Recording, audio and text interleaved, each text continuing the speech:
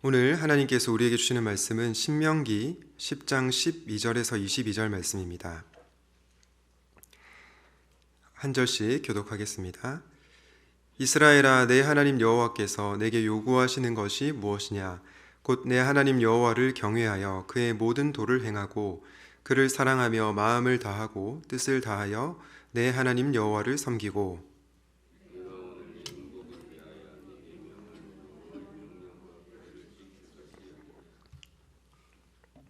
하늘과 모든 하늘과 땅과 그 위의 만물은 본래 내 하나님 여호와께 속한 것이로되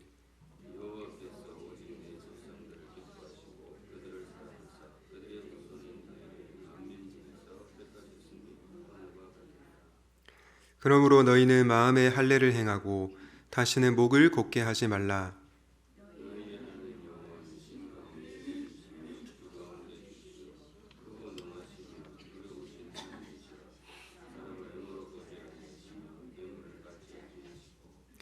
고아와 과부를 위하여 정의를 행하시며 나그네를 사랑하여 그에게 떡과 옷을 주시나니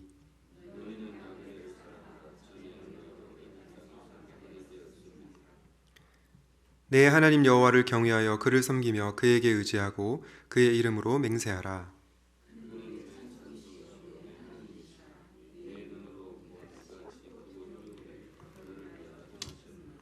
함께 읽겠습니다. 애굽에 내려간 내 조상들이 겨우 70인이었으나 이제는 내 하나님 여호와께서 너를 하늘의 별같이 많게 하셨느니라. 아멘. 오늘의 말씀은 우리의 행복을 원하시는 하나님입니다. 우리의 행복을 원하시는 하나님. 여러분, 도대체 행복이란 무엇일까요?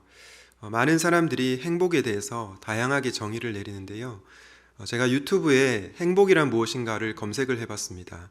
그러자 법륜 스님의 행복이란 무엇인가 이런 강의가 떠오르더라고요. 도대체 불교에서는 행복을 어떻게 정의할까 궁금해서 그 영상을 본 적이 있습니다.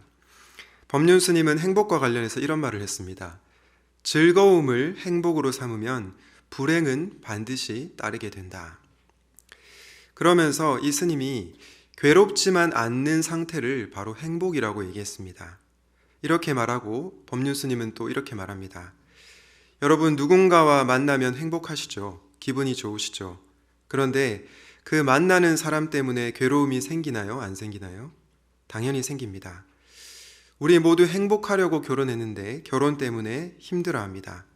자식 낳아서 행복하려고 했는데 자식 낳아서 힘들어합니다. 가게 문을 여는 건 행복이었는데 지금 여러 가지로 괴롭습니다. 그러니 즐거움을 행복으로 삼으면 불행은 반드시 따를 수밖에 없는 것입니다. 저는 이 강의를 들으면서 한편으로는 공감되는 부분이 있었습니다.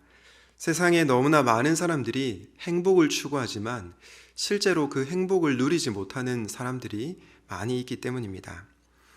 우리 청년들 가운데에도 그렇게 원하던 직장에 들어가면 행복할 줄 알았는데 힘들어하는 청년들이 있습니다. 또 결혼을 하면 정말 행복할 줄 알았는데 육아로 지쳐서 힘들어하는 신혼부부들이 있습니다. 회사에서 승진하면 행복할 줄 알았는데 너무 바빠져서 가족과의 관계가 소원해져서 불행해하는 사람들도 많이 있습니다. 그러니 즐거움을 행복으로 삼으면 불행해진다는 이 스님의 말이 어느 정도 일리는 있는 것 같습니다. 그러나 성도 여러분, 이 스님의 강의가 우리에게 근원적인 대안을 제시할 수는 없습니다. 왜냐하면 우리가 괴로움이 없는 상태, 아무런 욕심이 없는 상태를 누리라고 하는데 솔직히 그런 상태를 누리는 사람이 얼마나 되겠습니까? 마음의 괴로움을 덜어내려고 해도 하지 못하는 존재가 바로 저와 여러분이 아닙니까? 이런 점에서 스님의 진단은 공감이 될지 모르지만 대안은 많이 아쉬움이 남는 것 같습니다. 그렇다면 여러분, 우리는 도대체 어떻게 행복할 수 있을까요? 성경은 우리가 행복해질 수 있는 유일한 비결이 하나님과의 관계에 있다고 말씀하고 있습니다. 하나님과 바른 관계를 맺고 있을 때, 그리고 그분의 말씀에 순종할 때 우리는 진정한 행복을 누릴 수 있다고 얘기합니다. 이런 점에서 저는 여러분들이 하나님과 바른 관계를 맺을 수 있기를 주님의 이름으로 축복합니다. 하나님 말씀에 순종하는 가운데 이 세상이 말하는 행복이 아니라 성경이 말하는 행복을 꼭 누리게 되시기를 간절히 소원합니다. 그렇다면 여러분, 우리가 바르게 맺어야 할, 관계를 맺어야 할 하나님은 어떤 분이십니까? 첫 번째로 그분은 나의 행복을 원하시는 하나님이십니다. 여러분, 우리가 신명기 큐티 본문을 통해서 만나게 된 하나님은 어떤 분이셨습니까? 그분은 거룩한 분이시요, 질투하시는 분이시고 또 우상을 섬기는 자를 심판하시는 분이셨습니다. 그래서 하나님을 경외하고 그분의 말씀에 순종하라고 명령하셨습니다. 그런데 오늘 본문에 보면 좀 독특한 하나님의 모습을 볼 수가 있습니다. 오늘 본문 12절에서도 하나님을 경외하고 하나님을 섬기라고 하는데 그 이유에 대해서 어떻게 얘기하는지를 한번 살펴보겠습니다. 우리 신명기 13장 말씀을 다시 한번 보실까요? 내가 오늘 너의 행복을 위하여 내게 명하는 여호와의 명령과 규례를 지킬 것이 아니냐. 이 구절을 새 번역은 좀 더 노골적으로 번역을 하는데요. 새 번역으로 우리 같이 한번 읽어보도록 하겠습니다. 시작. 당신들이 행복하게 살도록 내가 오늘 당신들에게 명하는 주 당신들의 하나님의 명령과 규례를 지키는 일이 아니겠습니까? 여러분, 우리가 이 구절을 통해서 알게 되는 하나님 어떤 분이십니까? 나의 행복을 위해 명령을 지키라고 하시는 분이십니다. 우리를 불행하게 하기 위해서가 아니라 저와 여러분의 행복을 위해 말씀에 순종하라고 하는 것입니다.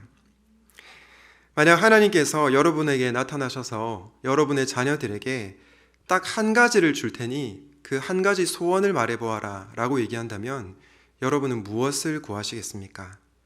성적, 돈, 성공, 그런 것을 구할 수도 있을 것입니다. 정말로 중요하죠. 그런데 저는 자녀를 사랑하는 부모라면 그 무엇보다 자녀의 행복을 구할 것이라고 생각합니다.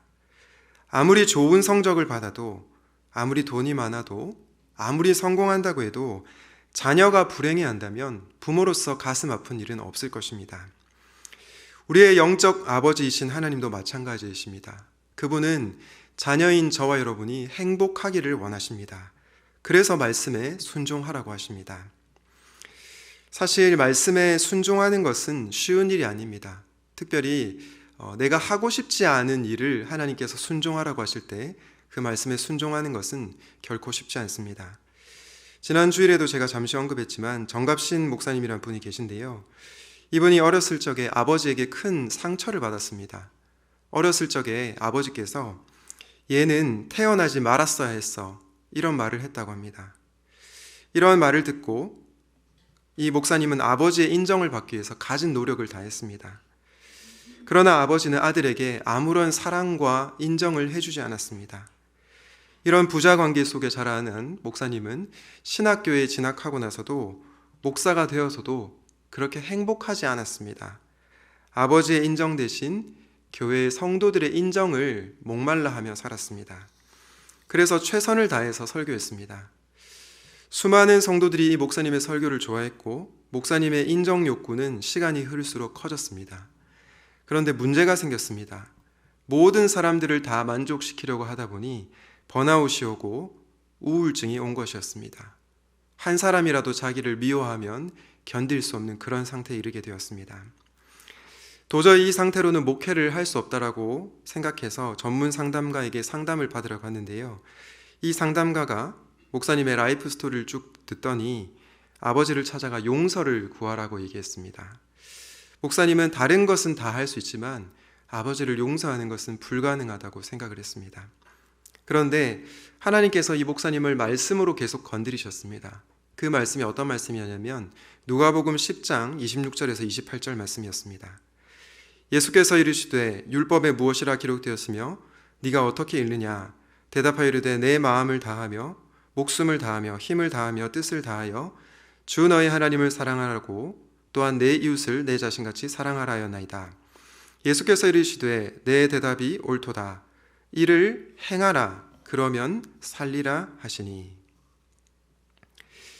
주님께서 목사님에게 이 말씀을 통해 아버지를 사랑하라, 아버지를 용서하라, 이를 행하면 너가 살 것이다, 이 말씀을 주신 것이죠. 목사님은 머리로는 동의했지만 가슴으로는 아버지를 용서할 수가 없었습니다. 그렇지만 용기 내어서 아버지께 찾아갔습니다. 그리고 아버지에게 이렇게 말했습니다. 아버지, 저는 도저히 아버지를 용서할 수 없어요. 그런데 말씀을 묵상하다가 하나님께서 용서하라고 하셔서 억지로 왔습니다. 그래서 아버지를 억지로 용서합니다. 여러분, 이 말을 들은 아버지는 어땠을까요? 기분이 별로 좋지 않았겠죠. 별로 내키지 않았는데 용서한다고 말하니까 말입니다. 그런데 놀랍게도 아버지가 이 목사님에게 이렇게 말했다고 합니다. 아들아, 그동안 내가 미안했다. 이렇게 얘기를 했다고 합니다. 목사님은 아버지와 헤어지고 돌아오는 차 안에서 펑펑 울었다고 합니다. 아버지가 자신에게 사과한 것보다 말씀에 순종했을 때 자신이 살아나는 경험을 했기 때문입니다. 아버지를 억지로라도 용서하자 그 마음에 진정한 자유가 오는 것을 경험했기 때문입니다. 사랑하는 여러분, 용서를 명령하시는 우리 하나님은 어떤 분이십니까? 바로 자녀의 행복을 원하시는 분이십니다. 그래서 그분의 말씀에 순종하라고 하시는 것입니다. 아마 여러분 가운데에도 순종하기 어려운 부분들이 분명히 있을 줄로 압니다. 그러나 저와 여러분의 행복을 원하시는 우리 하나님의 마음을 알 수 있기를 바랍니다. 하나님께서 여러분에게 순종하라고 하시는 이유가 여러분에게 복 주시기 위함이라는 것을 기억할 수 있기 바랍니다. 이 하나님의 마음을 알고 그분의 말씀에 순종하여 행복에 이를 수 있기를 주님의 이름으로 축원드립니다. 우리의 행복을 원하시는 하나님은 어떤 분이십니까? 두 번째로는 가난한 자의 행복을 원하시는 분이십니다. 하나님께서는 나의 행복뿐만 아니라 다른 사람들의 행복, 특별히 가난한 자의 행복을 원하시는 분이십니다. 그만큼 우리 하나님은 따뜻하신 분이십니다. 신명기 10장 17절에서 19절 말씀을 다시 보겠습니다. 너희 하나님 여호와는 신 가운데 신이시며 주 가운데 주시오 크고 능하시며 두려우신 하나님이시라. 사람을 외모로 보지 아니하시며 뇌물을 받지 아니하시고 고아와 과부를 위하여 정의를 행하시며 나그네를 사랑하여 그에게 떡과 옷을 주시나니 너희는 나그네를 사랑하라. 전에 너희도 애굽 땅에서 나그네 되었음이니라. 여러분, 하나님은 어떤 분이시라고 합니까? 사람을 외모로 차별하지 않습니다. 다시 말해서 그분은 사람을 세상적인 조건에 따라 차별하지 않는 하나님이십니다. 특별히 고아와 과부를 위해 정의를 행하시는 분, 나그네를 사랑하시는 분이십니다. 그런데 여러분, 고아와 과부, 나그네를 한 단어로 표현하면 뭐라고 할 수 있을까요? 가난한 자라고 표현할 수 있습니다. 당시 고아와 과부, 나그네는 가난하고 궁핍한 자였기 때문입니다. 하나님은 이 나그네를 사랑하라고 말씀하시면서 이웃 사랑을 명령하고 계십니다. 여러분, 이 명령을 하시는 하나님은 어떤 분이십니까? 저는 말씀을 묵상하면서 하나님은 가난한 자의 행복을 원하시는 분이라는 생각이 들었습니다. 그래서 나그네 고아와 과부를 돌아보아라고 말씀하셨던 것이죠. 그러므로 우리는 이 말씀에 순종하여 가난한 자의 행복을 위해 일해야 하는 것입니다. 작년 베트남 단기봉사를 갔을 때 저는 그곳에서 사역하시던 여자 선교사님의 간증을 듣고 많이 울었습니다. 이 여자 선교사님의 남편분인 선교사님은 원래 경북대 흉부외과 과장이셨는데요. 당시 아내였던 사모님은 그냥 의사의 아내였습니다. 그러다가 40살이 되어서 남편분이 선교사로 콜링을 받았습니다. 남편은 의사직을 내려놓고 선교지로 나가려고 했지만 이 아내는 선교지로 나가고 싶어 하지 않았습니다. 왜냐하면 안락한 삶을 내려놓는 것이 정말 쉽지 않았기 때문이죠. 그리고 목사님은 콜링을 받았지만 본인은 콜링을 받지 못했다고 생각했습니다. 그래서 5년 동안 기도하면서 씨름하는 과정이 있었습니다. 사실 하나님께서는 이 사모님에게도 여러 번 사인을 주셨지만 그 말씀에 순종하고 싶지 않았습니다. 그러던 어느 날 디모데후서 4장 9절부터 11절 말씀을 묵상하게 되었습니다. 그 말씀은 바로 이 말씀이었는데요. 너는 어서 속히 내게로 오라. 대만은 이 세상을 사랑하여 나를 버리고 데살로니가로 갔고 그레스게는 갈라디아로 디도는 달마디아로 갔고 누가만 나와 함께 있느니라. 네가 올 때에 마가를 데리고 오라. 그가 나의 일에 유익하니라. 디모데후서는 바울이 디모데에게 보내는 마지막 서신입니다. 그런데 이 마지막 서신을 마무리하면서 데마와 누가를 대조하고 있습니다. 데마는 어떤 자입니까? 세상을 사랑하여 하나님 나라의 사역에 동참하지 않은 자이고요. 누가는 끝까지 하나님 나라 사역에 동참했던 자입니다. 이 말씀을 선교사님이 깊이 있게 묵상하는데 세상을 사랑한 데마의 모습 속에서 자신의 모습이 보였다고 했습니다. 그러면서 다시 마음을 돌이켜 함께 남편과 함께 선교지로 떠나겠다는 순종을 하게 되었습니다. 여러분, 그 이후에 어떤 일이 벌어졌을까요? 호치민에서 1시간 정도 떨어진 롱안이라는 지역에 세계로 병원이 설립이 되었습니다. 이 세계로 병원을 통해서 수많은 고엽제 환자들과 장애 아동들이 치료를 받았습니다. 현재 남편 선교사님은 이 병원에서 의사로 역할을 하고 계시고 아내 선교사님은 전공이었던 회계를 살려서 병원의 회계 업무를 담당하고 있습니다. 여자 선교사님은 당시 말씀에 순종하는 것이 너무나 어려웠지만 순종했을 때 일어나는 역사를 보고 하나님께서 일하고 계셨구나를 확신하게 되었다고 간증하셨습니다. 그리고 베트남 지역의 가난하고 소외된 자들을 위해 하나님께서 자신을 부르셨다는 확신이 들게 되었습니다. 여러분, 이 여자 선교사님에게 순종하라고 명령하시는 분은 어떤 분이십니까? 바로 가난한 자의 행복을 원하시는 분이십니다. 그래서 그를 통해 하나님의 역사를 나타내기를 원하셨던 것입니다. 우리 신명기 15장 7절과 8절 말씀을 같이 한번 읽도록 하겠습니다. 시작. 내 하나님 여호와께서 내게 주신 땅 어느 성읍에서든지 가난한 형제가 너와 함께 거주하거든 그 가난한 형제에게 내 마음을 완악하게 하지 말며 내 손을 움켜쥐지 말고 반드시 내 손을 그에게 펴서 그에게 필요한 대로 쓸 것을 넉넉히 구워주라. 여러분, 우리가 믿는 하나님은 어떤 분이십니까? 나의 행복도 원하시지만 가난한 자의 행복을 원하시는 분이십니다. 그래서 가난한 자의 필요를 채워주라고 당부하고 계십니다. 사랑하는 여러분, 오늘 말씀을 듣고 기도하시는 가운데 여러분 주변에 가난한 형제와 이웃들이 있진 않은지 돌아보면 좋겠습니다. 가까이 있는 나의 목장 식구가 될 수도 있겠고 멀리는 선교지의 한 영혼이 될 수 있습니다. 중요한 것은 우리가 말씀에 순종하여 그 영혼들을 돌아보는 것입니다. 바라기는 가난한 자의 행복을 원하시는 하나님의 마음을 알고 그 말씀에 순종하는 여러분 되시기를 주님의 이름으로 축복합니다. 지금까지 우리는 우리의 행복을 원하시는 하나님은 나의 행복을 원하시며 가난한 자의 행복을 원하시는 분이라 말씀을 들었습니다. 그래서 드리는 마지막 적용의 말씀은 그러므로 순종하라 라는 것입니다. 여러분, 이 세상에서 말하는 행복에 이르는 길과 성경이 말하는 행복에 이르는 길은 사뭇 다릅니다. 이 세상에서 행복하기 위해서 어떻게 하라고 합니까? 네 마음대로 살아라.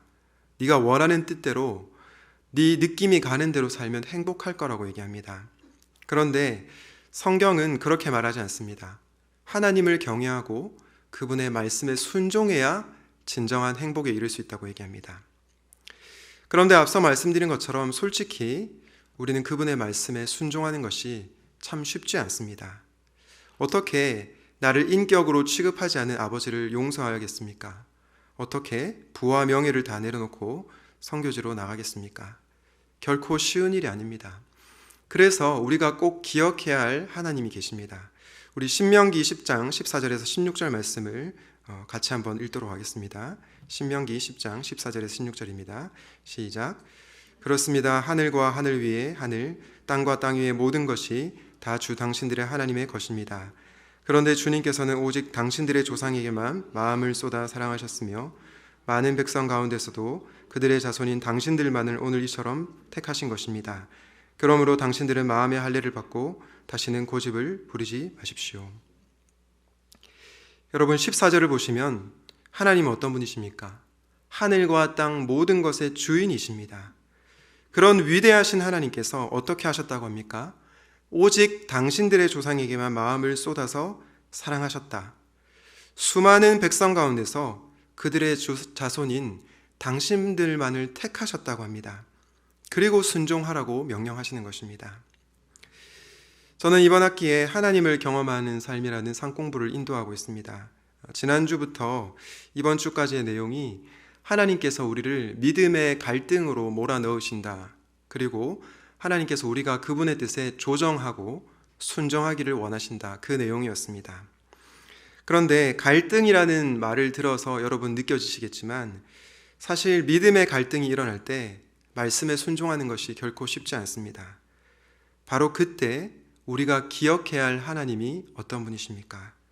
하늘과 땅 모든 것의 주인이신 하나님, 그분이 저와 여러분을 사랑하신다는 것입니다.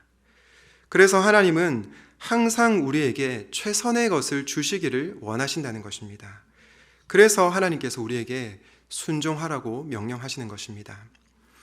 실제로 학영삼에 참여하는 성도님들은 모두 다 순종하는 것이 쉽지 않았지만 순종했을 때 하나님의 부어주시는 은혜를 경험했다고 동일하게 고백했습니다. 이렇게 우리를 향한 하나님의 본심을 알 때 우리는 순종을 할 수 있는 것입니다. 사랑하는 성도 여러분, 하나님께서는 저와 여러분의 개개인의 행복을 원하십니다. 나아가 그분은 가난한 자의 행복을 원하십니다. 그래서 우리에게 순종하라고 명령하십니다. 무엇보다 온 천하의 주인이신 하나님은 수많은 백성 가운데 저와 여러분을 택하셨습니다. 이 사랑을 아는 자는 하나님을 사랑하고 말씀에 기꺼이 순종하게 되는 것입니다. 바라기는 이 하나님의 마음을 꼭 기억할 수 있기를 바랍니다. 그리하여 말씀에 순종하는 여러분 되시기를 주님의 이름으로 축복합니다. 말씀을 맺겠습니다. 우리의 행복을 원하시는 하나님은 저와 여러분의 행복을 원하시는 분이시오 가난한 자의 행복을 원하시는 분이십니다. 이 하나님의 사랑과 은혜 그리고 이분의 마음을 깨닫고 그분의 말씀에 순종함으로 하나님의 역사를 경험하게 되는 저와 여러분이 되시기를 우리 주님의 이름으로 축원드립니다. 아멘. 오늘 말씀을 기억하면서 주님 말씀하시면 함께 찬양하도록 하겠습니다.